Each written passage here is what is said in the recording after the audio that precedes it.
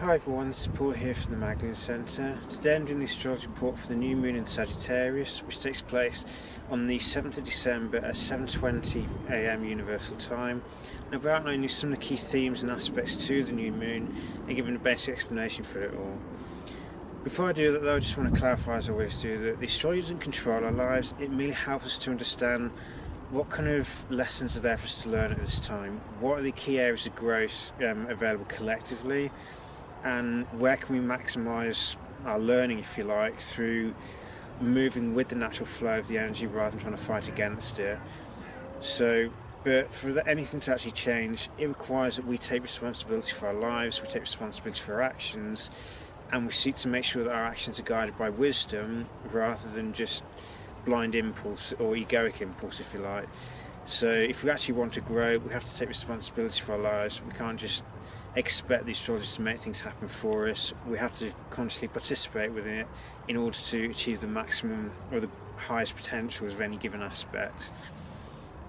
Now, with the new moon in Sagittarius, this is a time where symbolically the conscious mind and the symbolised by the sun, the conscious mind of the moon come together, and a seed for a new beginning is sown, if you like.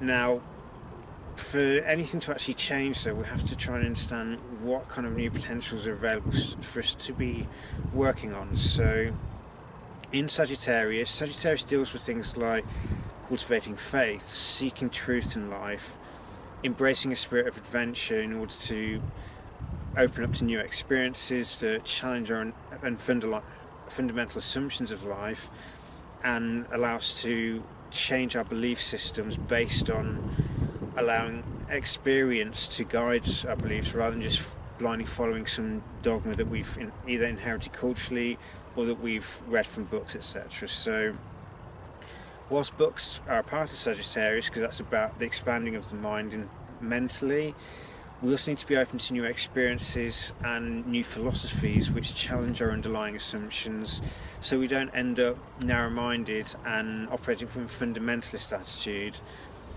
Because truth itself is an energy rather than a concept. It's not something that you can bind with words. So to really experience the truth, we have to pay close attention to our intuition and what we're feeling at the same time. So when information is presented to us, sometimes it is down to cognitive dissonance because our mental side or logical side, which thinks it knows the truth, may be presented with evidence which contradicts our underlying assumptions. But if we listen to intuition, so drawing close to our more spiritual side, or the right brain, if you like, and allowing our intuition to guide us more and to see what our intuition is saying, we can then better understand truth at a deeper level, at the feeling level. So if something feels right, it resonates with us at a deeper level, then chances are there's some degree of truth there. So it's learning to tap into this side of the mind rather than always trying to operate in that linear, logic-bound way of seeing the world, which compartmentalises everything. Sagittarius is about breaking the boxes down. It's about seeing where the underlying patterns unite all the different boxes together, or see how the different categories all inform one another. So if you've ever seen an animation of the Sacred Spiral, or the Fibonacci Spiral, on the one hand you've got the rational side, which is all the different boxes, so 1 square, 2 square, etc. And the complete side shows the spiral linking all these different bits together. So this is the level of perception we're talking about here. It's seeing the spiral flowing through the different categories that unites everything in truth and unites everything through wisdom rather than just pure human logic. So with Sagittarius, it's also looking at our approach to life and our approach to people, and Sagittarius deals with faith, so cultivating faith is part of it, but a key part that we need to consider is, what is our faith invested in? Is our faith invested in a system? Do we invest or is our faith invested in spiritual truth? Do we have faith in forces that we can't see physically, or can't see with our own eyes? We can see the effects that they have on the way everything manifests around us. And do we learn to align with these spiritual forces, or these spiritual truths and spiritual laws which govern everything?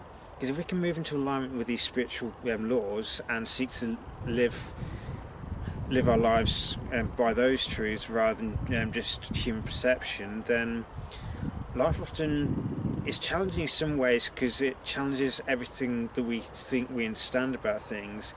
But on the other hand, we tap into the flow of grace, we tap into this higher flow which underpins everything, that guides everything. But more often than not, the thing we need to learn to do in order to tap into this flow is to slow down. Because if you look at nature around us, nature is in some respects the epitome of that flow. Everything in nature is naturally cyclical. Everything flows from one state to another. Nothing is fixed permanently. Everything is in a constant state of flux, and it's constant change. And this is one of the qualities of Sagittarius, is mutableness. It's a mutable sign, which means it changes, it evolves, it's fluid in its approach to things. It doesn't try to make things concrete or fixed. It goes with the natural flow of events. So if our beliefs are fixed, then we're going against the fundamental nature of Sagittarius, which is all about expanding, embracing change, and allowing new experiences to push the limits of our perceptions beyond their current level. The ruler of this new moon is Jupiter, who is in his home sign of Sagittarius. So this really amplifies the Sagittarian energy a lot, and is basically a year-long transit, which asks us to look at our faith. What is our faith invested in, and do we have a fear-based worldview, or is it a faith-based one where we see things optimistically, we expect the best, and we always seek the truth in things? And if things don't turn out as we expected, rather than thinking something's punishing us, or thinking that we're being judged by something, it's instead looking at, okay, well, where are the gaps in our knowledge? Where's our understanding incomplete? How can we broaden our perspective and see things more clearly, and understand where things went wrong, and see how can we change it, so moving more in alignment with the truth? Because usually things go wrong because some of the information we got is incorrect, so it's out of alignment with truth.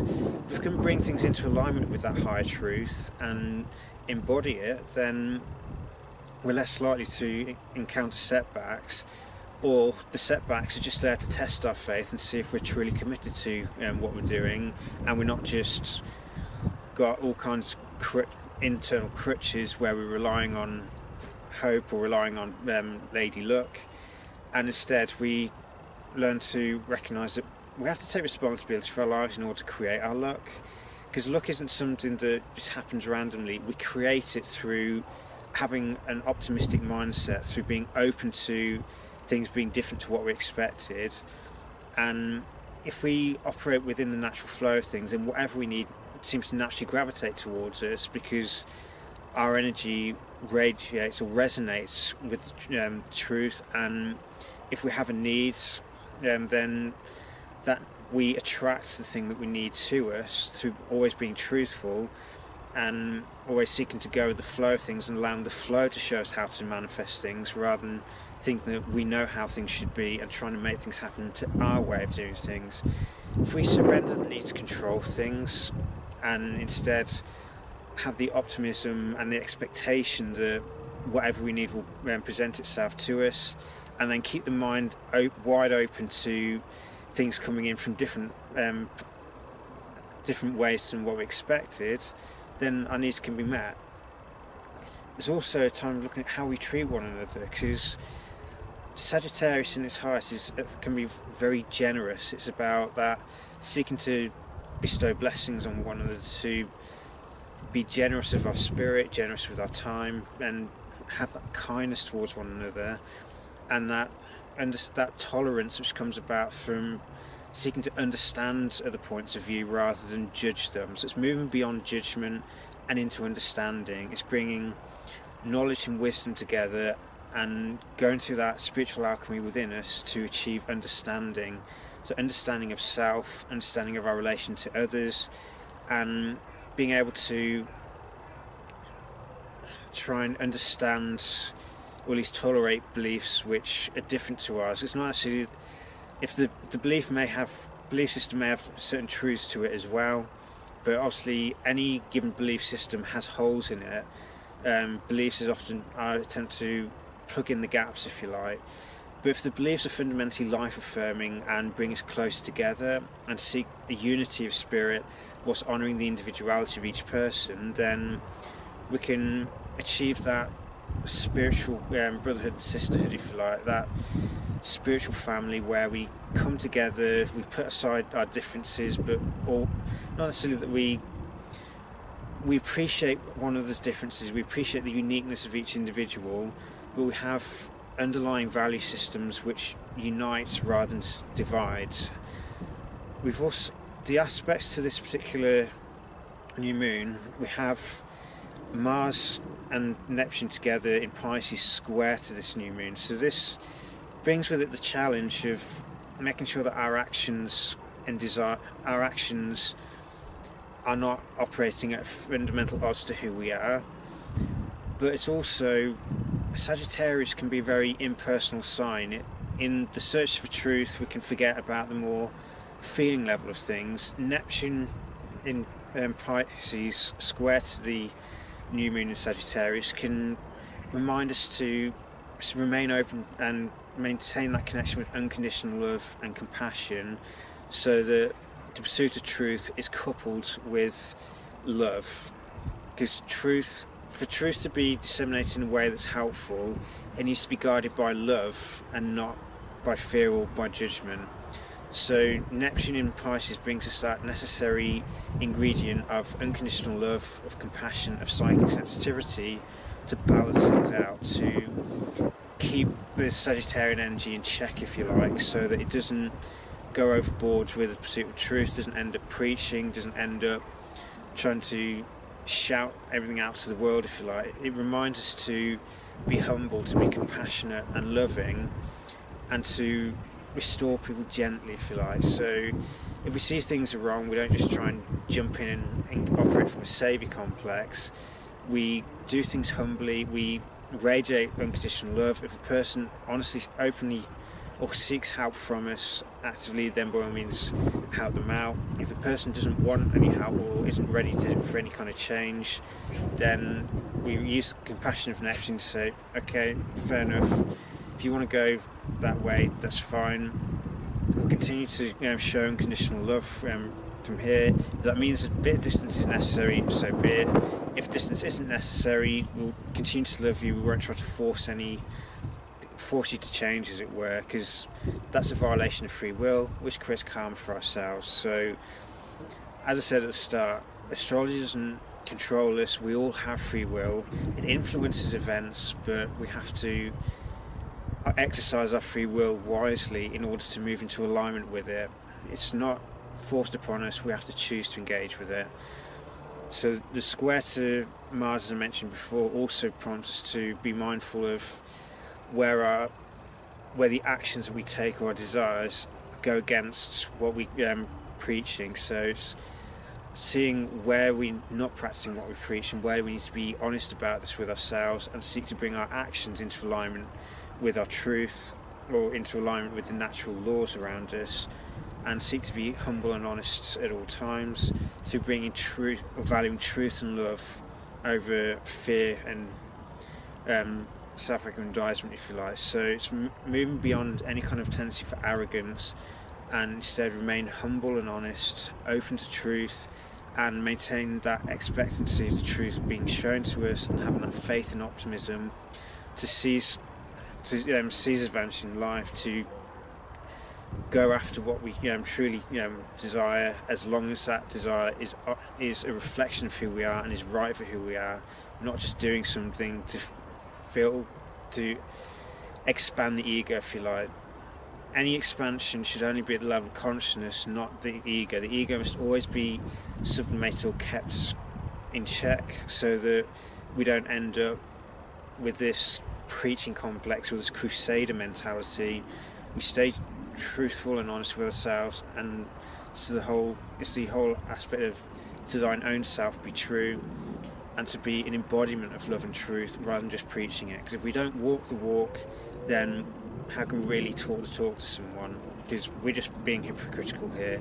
If we be honest with ourselves and recognise where we cling to our ideology out of comfort and have the courage to let go of it and embrace and overcome any tendencies for excessiveness in any sort, whether it's excessiveness of appetite, excessiveness of preachiness or judgment, and always seek to expand our minds to higher and higher levels so we see the bigger picture. We move into alignment with the laws that govern everything, but we also maintain our own individuality. We honour the individuality of each person around us, so we approach everything with a newness of spirit rather than clumping people together under stereotypes.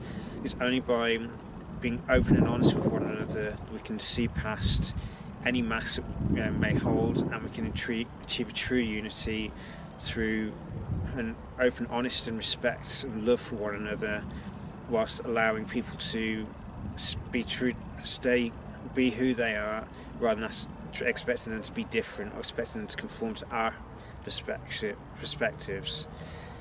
So may the new moon in Sagittarius bring you many new insights or an opportunity for new beginnings, and may it open a new chapter in life that allows you to embrace more optimism and faith rather than fear and pessimism, and may it be an opportunity to illuminate the mind, illuminate the parts of ourselves that have a tendency to judge, and instead balance it with compassion and unconditional love for oneself and other people, and always seek the truth no matter how it's presented to us, and learn to value truth over comfort. So may the new moon bring many blessings. Take care.